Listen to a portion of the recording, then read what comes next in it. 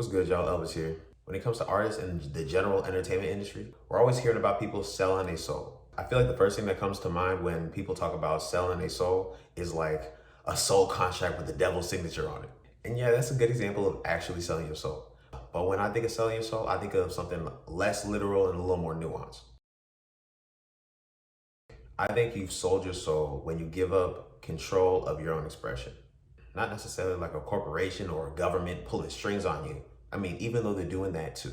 Regardless of who you are or what you're doing, your soul can be sold to anybody for anything you want. It's all up to you. So there's a song by Isaiah Rashad called What's Wrong featuring Kendrick Lamar. And in Kendrick's verse, he says, how many souls do you touch a day? How many hoes do you fuck a day? How many flows do you thought convey? How many know you can't walk away? And that verse really hit for me because it made me realize that regardless of what it is, if I can't peel myself away from it, then I'm a slave to it. Assuming that I'm not actually a slave and I have the freedom to leave. But if I don't leave out of my own choice, I've mentally become a slave to something. That goes for sex, drugs, general debauchery.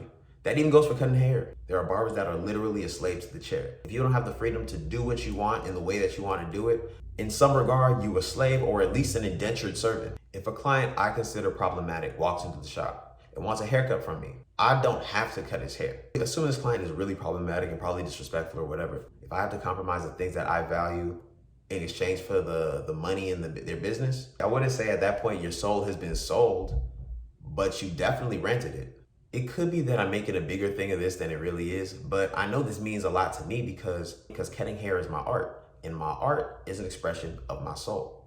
So if I'm spending time doing this art around people I can't fuck with, that are on some shit I just can't rock with, it really taints it for me. And a lot of people can look at that like, man, suck it up, it's a job. That's fine. You're free to work whatever job you want in whatever environment you want. But I cut hair because I love it and it happens to pay me well. I'm not gonna put up with some bullshit, especially if I can do well in business, not dealing with the bullshit.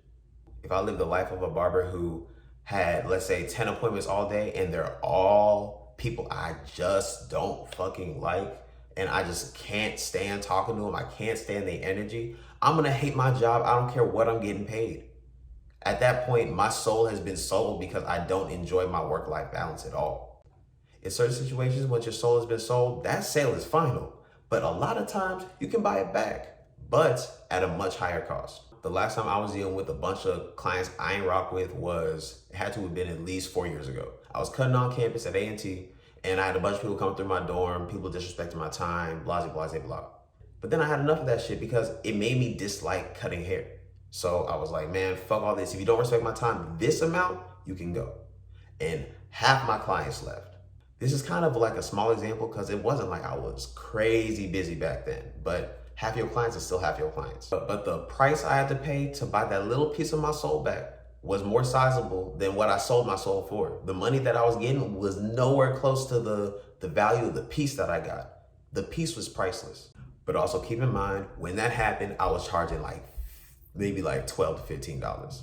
It was not a lot, definitely not what I'm charging now. So in comparison, if I was to lose half my clients now, it would be a much bigger deal just because, they individually pay me more than they used to. If you are not in possession of your soul and in control of your life, the people that come into your life will sense that. When a client is aware that a barber is a slave to their chair, they know they can pull whatever kind of bullshit on them. They know they can disrespect their time and they're still gonna get cut. They're still gonna have availability. If you're a man and you don't have your essentials together or you're not working on having your essentials together, then any woman that comes into your life will be lacking in respect for you because you don't even control your own environment. You don't control your own life. People will treat you how you allow them, but they will pick up their cues on how to treat you off of how you interact. So the moral of this video is basically, do not sell your soul under any circumstances. But if you already have, make sure you buy that shit back before the price gets too high. Debatably, I think I sold my soul to be in college. Even though it did serve me for that time and it might serve me again in the future, to buy my soul back cost me some bread. But that piece is priceless. For the people that have been blowing me up about it, craftoverclout.com is finally live. Up there we got merch. We got shirts, stickers, pins. In the next month, I should have a new merch drop. Super excited about it. But go ahead and check that out, craftoverclout.com. But if you haven't already followed me on Instagram, check me out on Instagram at Cuts by Elvis. If you enjoyed this video, got any value, please go ahead and like and subscribe. But till next time, Craft Over Clout, I'm out.